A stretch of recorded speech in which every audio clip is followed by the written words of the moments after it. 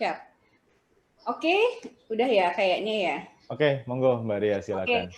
Bapak Ibu, tadi juga teman-teman semuanya salam olahraga, semangat selalu, kita harus semangat nih pagi-pagi gini. Nah, Ya. pengen cerita aja sih, kalau misalnya sport tourism tuh apa sih sebenarnya? Kalau ngelihat dari sini kan kelihatan banget ya sebenarnya bahwa sport itu ada sebenarnya sekarang ini bisa menjadi bagian dari industri, motivation, terus nostalgia juga kadang-kadang ada loh nostalgia, terus ada recreational environment. Jadi personalities juga karena tanpa sadar ternyata sport itu bisa membangun personality kita juga gitu loh. Dan yang paling penting adalah kita bisa meeting dengan orang-orang, kita itu salah satu event, attraction, terus ada global things juga, involving, jadi participating, jadi ini seru deh. Sebenarnya kalau sport tourism itu bisa menggabungkan segala sesuatunya menjadi hal yang keren banget sebenarnya. Nah, kalau kita bilang ini sport tourism sendiri sebenarnya ternyata ada sport tourism, definisinya ada sport tourism dengan sport in tourism. Kalau misalnya kita bilang sport tourism itu, kalau di hard definition-nya kita kalau bilang bahwa main motivation for travel is active or passive participation. Jadi ini sport, jadi ngikutin sport event, terus bisa competitive orientation. Jadi mereka bisa yang namanya, oke, saya mau ikut berkompetisi bulu tangkis, tapi sebenarnya di satu sisi juga menjadi bagian dari pariwisata itu sendiri. Sementara kalau self definition ini recreationalnya in nature, jadi non kompetitif banget. Jadi sebenarnya bisa lebih kepada yang misalnya, oke deh kita running nih, misalnya berapa K gitu. Itu seru tuh kayaknya. Nah, kalau sport in tourism sebenarnya kita traveling to participating active or passively competition, tapi bukan, jadi motivationnya seperti misalnya holiday, short play, secondary role. Jadi bukan yang berarti saya harus pokoknya cuma senang-senang aja sih. Nah, sementara kalau soft definition-nya hampir sama lah dengan hard definition-nya sebenarnya. Jadi ini yang menyenangkan banget sebenarnya. Jadi kalau sport tourism itu sebenarnya lebih pelaku ya memang sebenarnya pelaku sport tapi nanti engagement dengan tourism. Tapi sport in tourism sebenarnya ya bisa jadi bagian dari itu. Nah, tapi kalau misalnya kita lihat secara general nih dari referensi, boleh ya mungkin agak sedikit referensi sedikit biar bisa jadi seru juga nih bahwa ini adalah travel participating atau mau pasif mau aktif. Ini benar-benar yang benar-benar melibatkan either dari kita sport tourism untuk dominant activity atau reason for travel juga. Jadi ini yang namanya sport tourism sebenarnya combining itu. Jadi kalau misalnya kita bicara secara general, sport tourism itu aktif pasif atau yang tadi yang namanya sport in tourism atau itu sekarang jadi blending juga sebenarnya. Nah, kalau kita ngeliat sebenarnya motivasi orang mau sport tourism itu ngapain sih sebenarnya ya ini dari personal awareness sendiri, interest kita pengen ngapain dan desire sama ability finansial juga. Karena kan ada orang tuh sampai saya bingung tuh kalau teman-teman saya ikut misalnya running berapa ke New York, kemana segala macam. Buat mereka tuh udah entahlah sekarang itu bisa jadi prestis juga atau memang menjadi satu yang namanya oke, saya bisa challenging myself. Nah, ini menarik nih. Jadi ternyata sembari mereka jalan-jalan ngelihat pemandangan segala macam, itu menjadi salah satu hal juga bahwa sport ini sekarang menjadi satu bagian pariwisata yang nggak bisa dipisahkan karena sekarang pariwisata pun sudah menjadi bagian dari lifestyle dan sport pun sekarang ini apalagi dengan pandemi ini udah menjadi lifestyle yang luar biasa banget juga. Jadi banyak orang yang tadi nggak mau olahraga jadi olahraga banget ya karena banyak isu kan, semakin kita sehat semakin virus akan hilang. Nah, ini yang menarik tentang motivasi sport tourism sekarang lebih gila lagi itu. Maksudnya sekarang orang tuh banyak sekali udah mau melakukan yang namanya olahraga. Dan ternyata kalau kita lihat benefits atau value-nya itu luar biasa banget. Jadi kalau misalnya kita yang lihat dari global tourism 25% itu adalah sport tourism. Sementara 75-nya itu dibagi untuk heritage, culture, kuliner dan segala macamnya. Jadi sementara percentage untuk yang namanya sport tourism ini luar biasa banget. Dan pendapatannya juga lihat luar biasa banget gitu. Jadi bisa sampai triliunan yang luar biasa dan growth rate-nya untuk 2021 itu bisa 41%. Jadi itu luar biasa. Jadi sekarang sebenarnya ajangnya untuk yang namanya kita memang bicara mengawinkan olahraga dengan pariwisata itu bisa menjadi boosting up ekonomi yang luar biasa banget. Dan ini yang menarik adalah bahwa sport tourism ini juga pasti membawa good impact ya kepada host atau komunitas yang ada menyelenggarakan itu misalnya. Kalau kita bilang economic impact-nya ya pasti tanpa sadar, contoh nih kalau misalnya Tour de Singkarak tuh semua jadi wah semua yang namanya daerah langsung beresin. Kalau nggak salah kita ngeliat juga seperti MotoGP nanti mau diadakan di Mandalika misalnya, itu semua orang tuh berlomba-lomba, Pak Presiden sendiri juga sampai yang namanya buat infrastruktur supaya semuanya bisa jalan bagus. Dan otomatis kalau misalnya ada pembuatan itu otomatis akan create new jobs kan. Jadi kita juga sama-sama berterima kasih nih sebenarnya dengan adanya sport tourism, ternyata banyak orang dipekerjakan pada akhirnya. Nah ini social impact yang positifnya adalah pasti bisa menjadi satu cerita atau menjadi satu entertainment atau menjadi satu hiburan juga buat community yang tadinya kebayang dong, biasanya kita cuma lihat Valentino Rossi misalnya cuma hanya di layar kaca, tiba-tiba nanti di Mandalika siapa tahu dia lagi jalan-jalan kemana gitu kan, jadi kan ya hiburan juga sih, kita bisa ketemu idola dan segala macam. Ya banyak sih sebenarnya, terus ada family togetherness yang menjadi kata kunci sebenarnya kalau misalnya itu social impact. Karena rata-rata kalau nonton tuh biasanya saya suka lihat tuh ada orang nonton bola tuh satu keluarga tuh dibawa nonton tuh ke Senayan misalnya. Jadi memang kadang-kadang, dan saya juga ngalamin sendiri walaupun kita di rumah nih misalnya nonton misalnya pas lagi Piala Dunia atau misalnya lagi bulu tangkis itu biasanya kita satu keluarga tuh ngumpul tuh beli snack segala macam.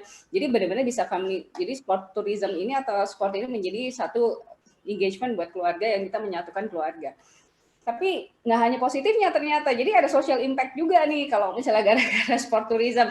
Contoh kayak misalnya violence between host and visitor, kita tahu lah ya, nggak usah di Indonesia, di Inggris sana juga kadang-kadang juga sama. Inggris sama Italia berantemnya luar biasa kalau, dan apalagi juga sama nih kayak kita juga Bandung Jakarta itu misalnya kan kalau usah bola kan itu sampai ada yang masuk rumah sakit meninggal dan segala macam. Nah ini juga sebenarnya menjadi bagian dari cerita dari tourism atau sport tourism karena kan ada perpindahan orang datang ya sebenarnya.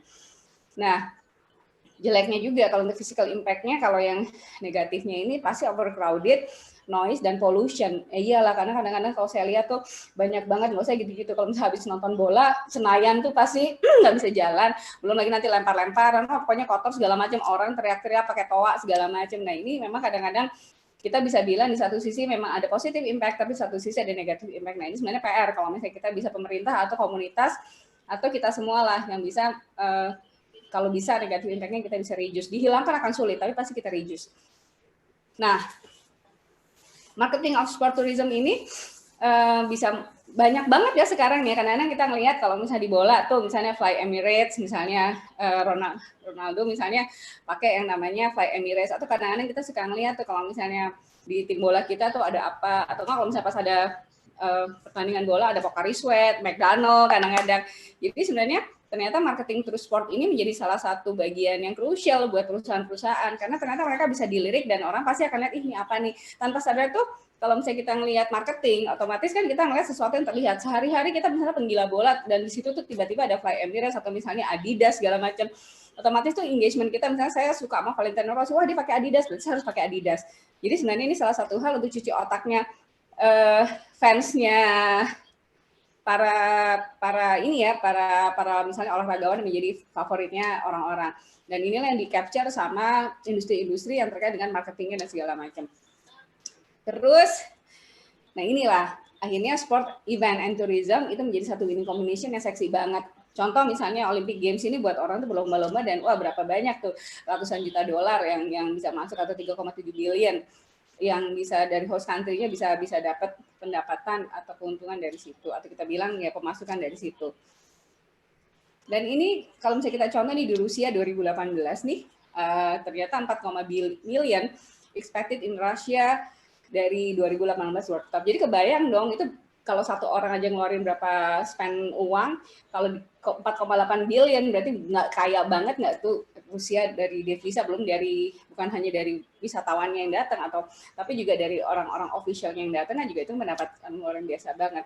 Jadi ini banyak banget ya, kayak misalnya contoh nih football match ini, dan di Indonesia juga masih sama sih. Jadi namanya bola ini masih menjadi yang namanya primary atau yang menjadi utamanya orang-orang tuh kalau misalnya sport tuh apa nih, bola nih, kayaknya bola tuh masih menjadi satu hal yang buat mereka seksi banget untuk mereka datengin. Contoh orang Jerman, orang Inggris, orang Perancis juga mereka plan holidays mereka untuk lihat football match gitu. Misalnya sama lah kalau kita ngeliat tuh ke Inggris tuh pasti mau Liverpool main segala macam, orang Indonesia pasti ada di sana. Jadi banyak hal yang menarik dari sport tourism, dan yang pasti akomodasi juga pasti akan nambah nih dengan adanya hotel, motel, atau enggak kadang-kadang kalau misalnya di daerah itu ada homestay, kalau misalnya surfing misalnya di Mentawai itu masih ada tuh rumah-rumah penduduk bisa dijadikan homestay, itu menjadi pendapatan kepada host community tadi. Ada transport, jadi banyak banget deh yang bisa sangat melihat bahwa dari sport turis ini bisa memberikan manfaat yang luar biasa. Kalau misalnya tadi dari government bisa membuat infrastruktur dan segala macam, Terus bisa juga memberikan peningkatan kapasitas buat SDM-nya. Yang tadi saya lihat juga banyak banget peningkatan SDM penting saat ini untuk olahraga. Dan kurang sekali ternyata kan bahwa tenaga ahli di bidang olahraga di Indonesia. Dan ini mungkin menjadi satu PR besar buat kita semua. Dan ini sebenarnya tren di sport tourism in the future memang partnership menjadi kata kunci. Kalau misalnya partnershipnya nggak jalan, cuma deh. Inovasi, nah inovasi ini kan bisa banyak banget nih, bisa creativity di event produknya, atau kita buat contoh SEA Games atau Asian Games waktu itu kita buat menjadi masif banget sampai akhirnya penggagasnya bisa jadi menteri. Itu kan berarti kan betapa kerennya dilihat Pak Jokowi, bahwa dan itu dilihat dunia juga gitu loh, bahwa luar biasa banget nih yang namanya event-event itu bisa menjadi salah satu bagian yang ke-capture atau yang dilihat dan menjadi kebanggaan nasional juga, bahwa betapa kerennya kita bisa membuat satu event olahraga yang masif, dan itu sangat diapresiasi oleh negara-negara, itu berarti keren banget. Nah, ini yang paling penting adalah opportunity-nya untuk kita bisa lihat delivery-nya seperti apa dan experience yang kita create seperti apa. Nah, ini menarik sebenarnya, kayak misalnya kalau kita melihat berapa K itu ngitarin Borobudur atau misalnya segala macam, atau Tour de Singkarak itu kan kita ngelewatinnya lewat kayak Bukit dan segala macam, bisa ngeliatin danau juga. Jadi ini banyak hal yang menarik bahwa future trend in tourism ini harus memang melibatkan nggak hanya satu lini, tapi berbagai sektor mesti engage ke dalamnya juga. Nah, kalau kita bicara gimana sih sport tourism di Indonesia, ini kita lihat aja sekarang ini kayak di Tour de France di Lombok ini, ternyata juga bagian seksi mau kan Tour de France aja mau tuh buat yang namanya letap di Indonesia gitu kan, itu seru sebenarnya. Nah, dan ternyata sport tourism ini juga memang ternyata oleh presiden sendiri memang menjadi satu hal yang penting gitu loh, karena olahraga buka peluang Indonesia kembangkan sport tourism. Jokowi minta sport tourism dikembangkan usai COVID-19 usai. Jadi menarik bahwa jadi ternyata memang sport tourism ini sekarang udah menjadi hal yang seksi banget lah dibicarakan, dan pasti seneng banget nih teman-teman penggiat olahraga, pelaku olahraga bisa bahwa bila yes dengan adanya government yang sudah mencanangkan ini, otomatis kan ada semangat nih bahwa kita juga harus maju gitu loh, harus tetap semangat, nggak boleh luntur semangat kita. Kayak potensi, pemerintah diminta petakan sport tourism Nusantara, dan sekarang udah banyak nih lokus-lokus atau tempat-tempat yang dijadikan untuk sport tourism, contoh kayak di Mandalika, nanti ada lagi kayak misalnya di daerah Tanah Minang, daerah kawasan sana, itu banyak juga. Dan ternyata dari Kementerian Pariwisata sendiri, kita bisa bilang bahwa pertama sport tourism bisa dongkrak pariwisata pasca pandemi, atau bisa menjadi salah satu hal yang kita bisa giatkan juga untuk mendapatkan perekonomian kita bisa tumbuh kembang kembali. Nah, ini juga ada cerita bahwa ternyata sport tourism ini karena sekarang betapa pentingnya dan Pak Presiden bilang ayo semua giatkan sport tourism, akhirnya 3 kementerian ikut gabung nih bareng-bareng, Perindustrian, Kementerian Pariwisata, dan pasti Kementerian Olahraga, sama-sama harus bisa meramu bagaimana ini semuanya bisa menjadi satu jalan yang bagus, secara olahraga oke, secara pariwisata oke, dan secara untuk perindak atau industri-industri kecil di sekitarnya juga bisa berjalan. Ini yang menarik, jadi ternyata bahwa kita pun sekarang sudah banyak loh event-event yang dilirik oleh turis mancanegara atau wisatawan mancanegara. Karena jadi eksotisnya destinasi wisata kita dengan budaya kita yang luar biasa, ternyata itu juga menjadi satu kata kunci orang-orang pengen datang untuk yang namanya melakukan pariwisata olahraga bersama di Indonesia. Contoh Sel Sabang, Aceh, padahal kan jauh ya, tapi seru nih. Jadi Sel Sabang ini menjadi terbesar event sport bahari terbesar di Indonesia di 2017. Jadi seru banget. Dan ini jadi malah serunya lagi ada yang namanya Ship Parade yang yacht ini pada dari seluruh dunia juga ikut hadir. Jadi keren lah sebenarnya. Nah, Tour de Singkarak tadi juga pasti udah banyak yang tahu banget Tour de Singkarak itu seperti apa, dan banyak banget yang mau ngikutin ini. Jogja International Heritage Walk ini juga menjadi satu hal menarik karena memang siapa yang nggak kenal Prambanan dan segala macam, dan Jogja itu menjadi bagian satu memang destinasi yang sudah dikenal dunia.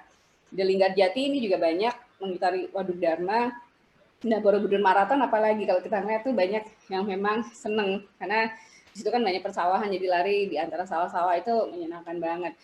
Jadi mancanegara juga sering banget datang ke sini karena memang Borobudur ya kalau kita lihat sekitarnya daerah Borobudur itu sangat-sangat menyenangkan banget. Ini mungkin itu dulu Mas Dito, nanti kita bagi dengan diskusi ini beberapa referensi, dan terima kasih. Itu aja mungkin saya bisa sharing, monggo mungkin boleh di close share screen-nya, kita nanti bisa bisa diskusi aja.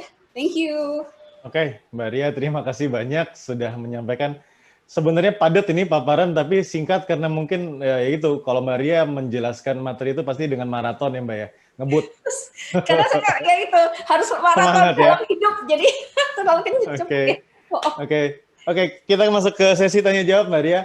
Ini pertama dari Ibu Stefani dari Banjarmasin menanyakan, menurut Mbak Ria bagaimana caranya agar UKM, jadi bukan brand-brand besar nih, jadi brand-brand kecil seperti UKM bisa dapat berpartisipasi di sport industry atau marketing sport tourism atau tadi yang mungkin Mbak Ria sampaikan. Mungkin menurut Mbak Ria seperti apa? Ibu, jadi sebenarnya menarik loh, kalau misalnya contoh sekarang nih, kalau misalnya kita ngelihat sekarang Mandalika nih ya contohnya kan, ini kan nanti akan dibuat yang namanya sport event besar banget. Jadi sebenarnya penggerakan yang namanya UKM daerah-daerah sekitarnya ini udah kita lakukan.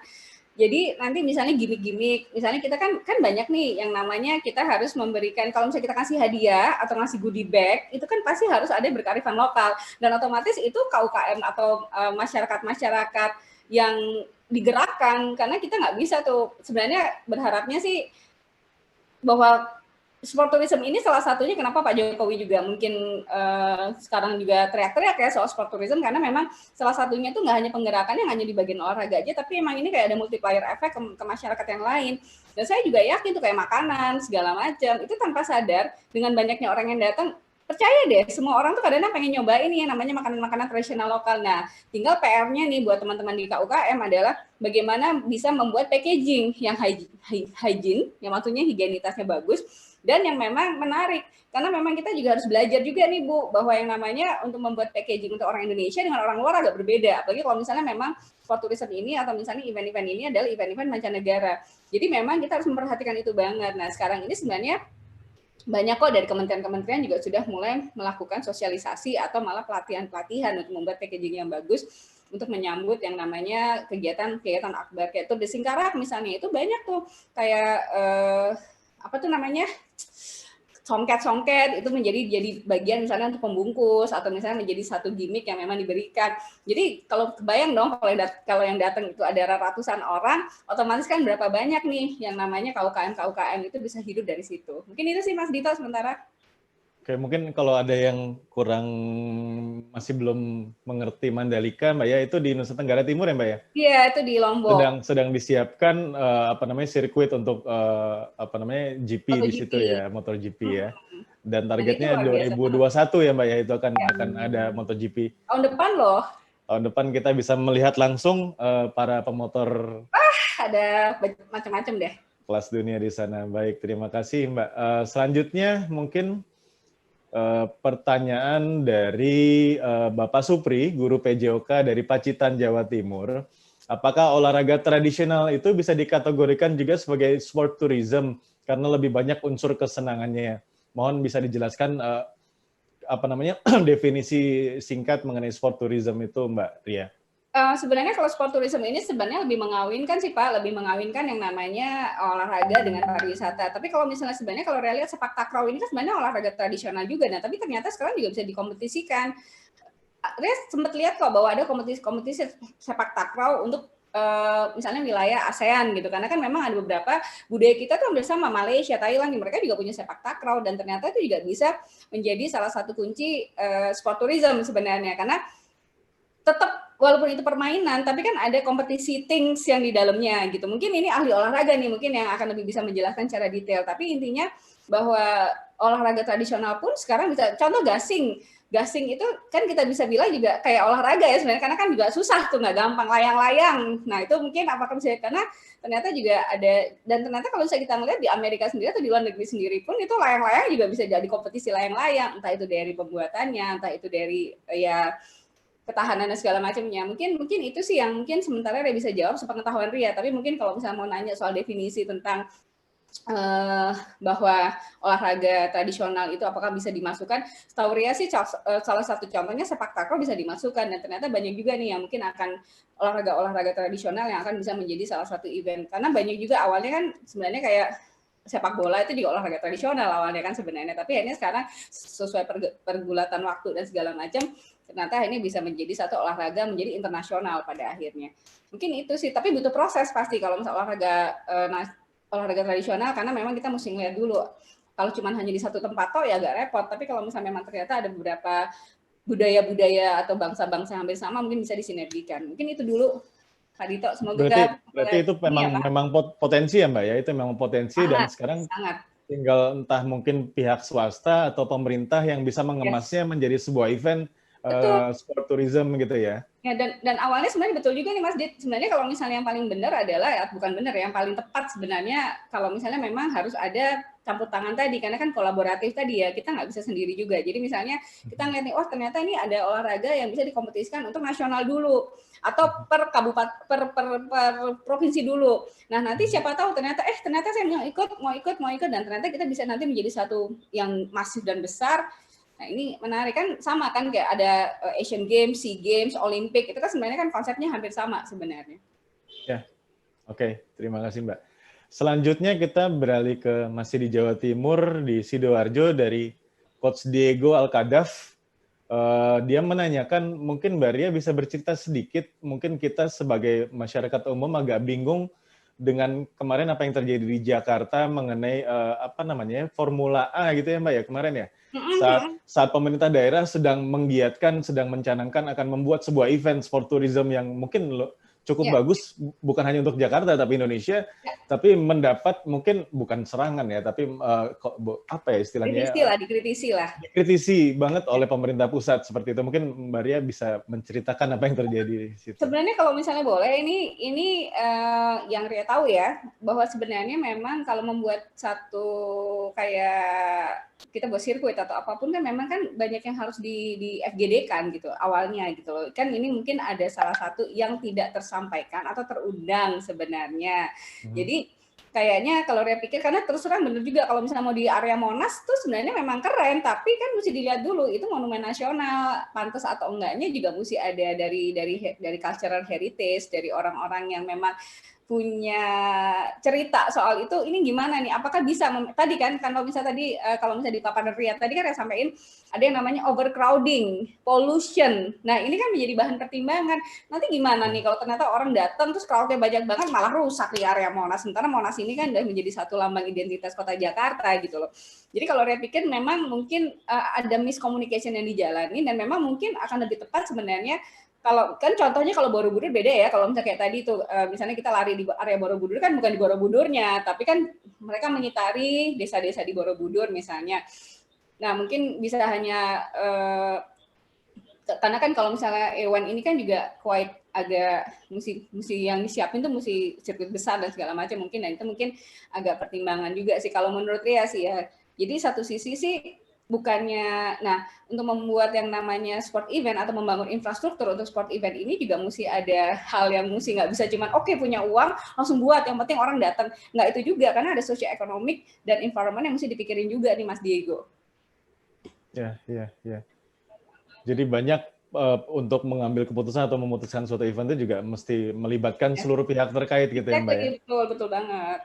Ya betul, jangan sampai sudah dimunculkan terus ternyata masih ada yang kurang dan akhirnya menjadi tontonan seru juga bagi kita di media massa. Mungkin waktu di awal mereka untuk melihat bahwa siapa yang mau diundang untuk FGD atau segala macam, mungkin ada satu yang miss, yang sampai kelupaan. Nah itu yang kadang-kadang mungkin harus detail sih. Memang kita harus detail kalau misalnya membuat sport tourism ini, kita nggak hanya bicara soal infrastruktur yang keren, dana yang keren, dan ekonomi yang masuk, tapi social culture dan environment kan juga mesti dipikirin. Oke. Selanjutnya ada pertanyaan dari Mbak harusnya ya, Mbak Hilda. Mbak Hilda Martianti Husunisa dari Tegal, guru Penjas Podcast. Saya ingin menanyakan, mungkin menyambung tadi pertanyaan dari Pak Supri, apa memang kalau ada event atau mungkin ada tempat yang menarik untuk dijadikan sport tourism untuk kegiatan entah itu sport tourism atau mungkin heritage tourism. Ini langkah-langkah awal apa yang bisa dilakukan oleh kita di grassroots ini Mbak untuk bisa mempromosikan atau mungkin malah membuat event itu menjadi sebuah sport tourism event? Nah, sebenarnya kan menarik nih Mas Dit, kalau misalnya Bapak Ibu tahu nih, sebenarnya kan kalau misalnya di daerah-daerah nih ya, di kabupaten-kabupaten ini masih ada Kementerian Pariwisata dan Olahraga. Tuh kalau nggak salah di Semarang tuh ada tuh malah. Jadi sebenarnya tanpa sadar olahraga dan pariwisata tuh udah menjadi dekat gitu loh, udah jadi saudara sebenarnya. Jadi sebenarnya kalau dari grassroots nih ya teman-teman grassroots sebenarnya ya tinggal aja datang. Kalau misalnya kan punya kan kalau kita misalnya pengen bantuan pemerintah sebagai fasilitator, ya tinggal ngobrol, tinggal tinggal berkawanlah dengan pemerintah itu juga kadang-kadang penting karena memang mereka bisa menjadi salah satu jembatan sebenarnya. Contoh misalnya ada, oh saya pengen kayak tadi misalnya saya pengen nih olahraga tradisional, bisa nggak ya dijadiin satu event yang menarik? Datanglah ke dinas olahraga setempat atau malah kadang-kadang ada yang sudah dikombin dengan pariwisata. Wah itu udah keren banget tuh pasti. Itu udah banyak kok sebenarnya kalau misalnya contoh melihat ini. Saya nggak tahu deh pacu Jawi yang di Minang itu apakah masuk olahraga atau enggak ya? Karena kan situ juga ada kekuatan kompetisi walaupun itu yang olahraganya adalah sapinya, tapi kan yang di atasnya kan juga pasti kan si kusirnya ini kan juga dia kan melakukan gerakan olahraga sebenarnya. Ya kayak misalnya apa tuh Karapan di Madura ya dayung Mbak ya, mirip ya dengan Karapan di Madura itu ya. kayak dayung itu loh apa sih kayak aduh jadi lupa sih kalau misalkan kayak perahu-perahu yang kan sudah ada tuh kompetisi perahu apa namanya tradisional. Ya, kalau di Banjarmasin namanya jukung, Mbak. Jadi Nah, ada lomba kayak jukung. gitu. Terus malah ada yang sampai internasional ikutan juga ada. Jadi sebenarnya kalau dibilang potensinya luar biasa loh sebenarnya. Nah, tinggal gimana memang pemerintahnya sendiri care nggak, aware nggak. Nah, karena itu kan kalau kayak Haolnas kemarin harusnya kan sudah disosialisasikan ke para CEO atau kalau saya bilang pemerintah memangku kepala daerahnya. Jadi kalau misalnya kepala daerahnya juga memang yang care dengan itu, yakin deh kalau misalnya dari teman-teman grassroots bicara, pasti mereka oke. Karena kadang-kadang pemerintah sendiri suka bingung tuh buat program. Bagus banget nih kalau misalnya teman-teman dari daerah atau dari grassroots sendiri bisa memunculkan itu. Menarik.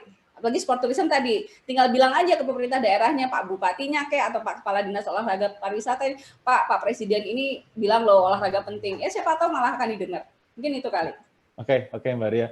Mbak Ria mungkin sebagai penutup mungkin bisa sedikit cerita berbangsa ini bergerak di bidang apa Mbak? Apakah memang ini mendevelop juga mempercepat kegiatan pariwisata di Indonesia atau seperti apa?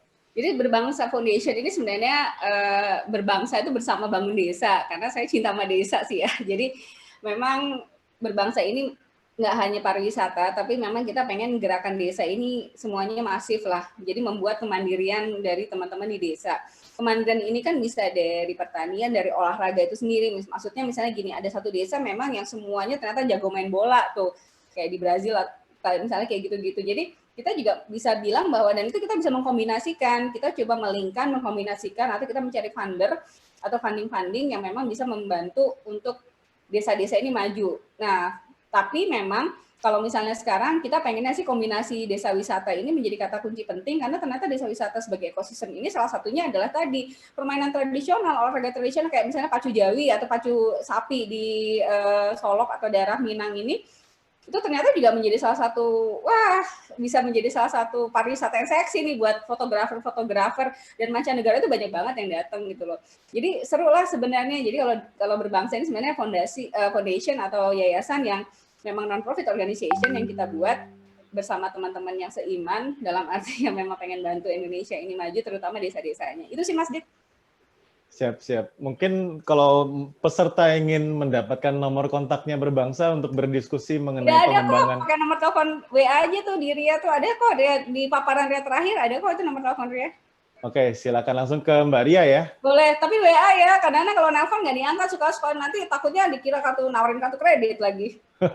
Oke, Mbak Ria, terima kasih banyak. Terima kasih Mas Di, sukses, salam sukses semuanya, sehat-sehat selalu. Baiklah Bapak dan Ibu sekalian, dengan berakhirnya jawaban itu pertanyaan tersebut, maka berakhir sesi materi terakhir dari Mbak Ria.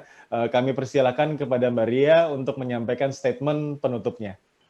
Oke, statement penutup, tetap sehat, tetap semangat, jangan lupa olahraga menjadi bagian dari hidup dan mungkin itu sebenarnya membalikan pada diri saya sendiri bahwa ternyata sehat jasmani, sehat rohani itu memang harus dimulai dari kita harus olahraga dan positive thinking biar COVID-nya habis.